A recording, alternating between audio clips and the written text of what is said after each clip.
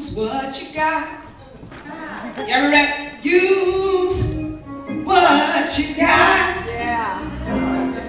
You may not have a lot, but you can thank the Lord for what you got. Say you what you got. Y'all can sing it with me. You get what you got. That's you. You may not have a lot, but you can thank the Lord for what you got. And here they are eventually complaining and questioning whether or not God had the ability to deliver them again. They were hungry. You know how it be sometimes. They hear their stomachs and they're questioning whether or not they should have actually stayed in slavery. And God works as God does and actually gave them food from the sky. They eat it, and here they are again, questioning the power of God. I said, you know what? I looked at them, and immediately here I am judging the children of Israel. That's what I said here last time. But what was extremely profound about that was looking at the state of our communities, looking at the state of our schools and our churches and where we are today. I said, that's kind of deep that I judge the children of Israel. Because in the very audience that I was speaking to were people who had witnessed the power of the civil rights movement. People who had at one point in life experienced the power of collective unity, experienced the power of a group of people who came together and said, we will not stand for injustice. And at one point, down the street was a group that was deemed a threat to the internal security of this nation. And I said, how do we go from that to this? And when I say this, I mean the state of our communities today. And I felt like all we really needed was to bring back the power within the civil rights movement. And that would change everything. And it wasn't until recently, years later, as I was teaching my students, I always teach them about the tokens that we teach about the civil rights, but I also teach about the Black Panthers. My kids would come in every day, and they would recite. We had our own little 10-point plan. They would recite it, and the same kids would go out to the yard and knock each other over the head. And they would be in the classroom and say, I'm wonderfully and beautifully made. And then they go and cut somebody out so his class is over. And so there was a huge disconnect between what I was teaching and what they were internalizing. And so it hit me that as powerful as the movement was, and I am very thankful for political activists who fought and died, literally died for me to have the opportunity to be what I am today, I came to the understanding and thankful to God. I realized that the civil rights movement, the theory within that is not as effective today as it would have been. Seeing as to how we are coming from very different foundations. What was deep about that is I was reading and I knew that I was familiar with the scripture that would explain what I was trying to say. And I think it was in Luke 5 and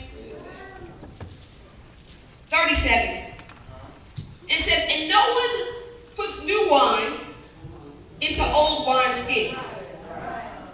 The new wine would burst the old skins, spilling the wine and ruining the skins. New wine must be put in new wine skins. I said, that makes sense to me. Because the reality within the kids that I was working with was that they could come into my classroom and be empowered by what I said, but the reality was they were going back into communities where they had to be strategic in which street they were going to walk on.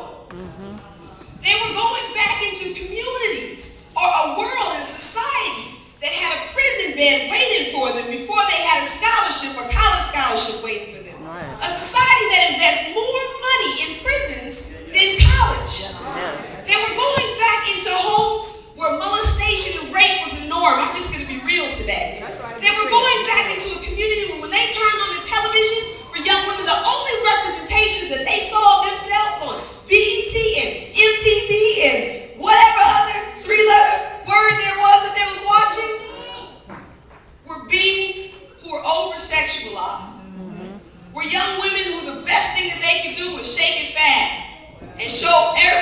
they was working with.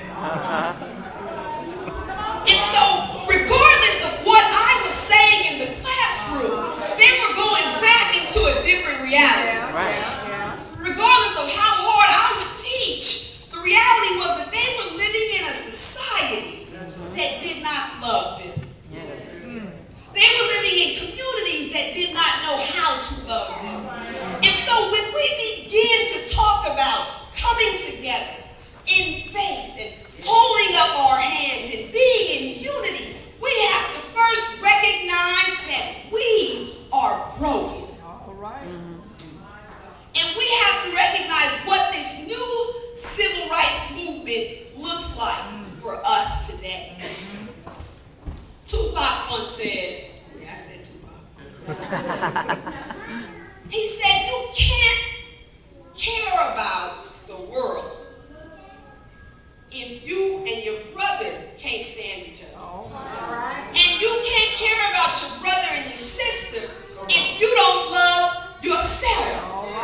When we look at this war that Moses was in, and we look at, well, what is our war today? We can't necessarily say that we're in a war collectively fighting against the enemy, because right now we're in a war fighting against each other. And so how ironic would that be if we saw footage of the war in Iraq where U.S. soldiers were taking their guns and turning them on each other? It would make for a really strange battle. But when we talk about waging war, we must acknowledge that we are losing not because of how powerful the enemy is, because sometimes the enemy can just sit back and watch because we do the work for the enemy. We can't collectively rise up and take back our communities if we don't love, or we can claim a block. But if you really love the block, then what does that look like for you? If you really love your community, because we claim it. Oh, we claim it, and we die for it, and we bang for it. But what does that love really look like? And so that first step in beginning to fight and beginning to understand what we're called to be is not necessarily the degree, not necessarily the denomination. What I'm finding is doing what Moses did and just lifting our hands. And that God, saying, God, we are in a world that is out of control. We are a part of a society that is overpowering who I am called to be. How can we restore the state of our communities when we have no understanding or no real understanding of how powerful we are? And so when we talk about collective change, everybody in here has to recognize the holes within us that need to be filled before we can tie in and unite with our brothers and sisters. What we do today is larger than who we are. And that years from now, we have to answer to what we do today. And that we have a large responsibility to set the stage as youth for the next generation. We have the responsibility when we feel like nobody else is doing it to step it up. We have the responsibility to change the state of our families and our communities. And all of that starts by us lifting our heads and seeking out real healing. God bless you. Amen.